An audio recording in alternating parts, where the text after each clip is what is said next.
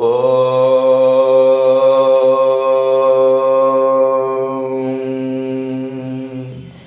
குருப்யோ நமः.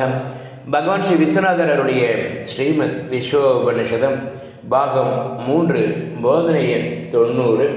போதனா நாள் 22/6/1979 வெள்ளிக்கிழமை. கனாவிலும் உள்ளது போலவே நனவிலும் ஞாதா ஞானம் ஞேயம் உள்ளதே. இந்த திருப்படிக்கு சாட்சியே நான். சாட்சியாகிய எண்ணில் கற்பிதமான ஞாதா ஞான ஞேயங்களை, ஸ்திரமில்லாதவைகளை, நாசமாக கூடினவைகளை காணுவோனாகிய ஃபாதர் டைம் பீயிங் சாட்சி நான் என்று அனுபவிக்க தடை என்ன?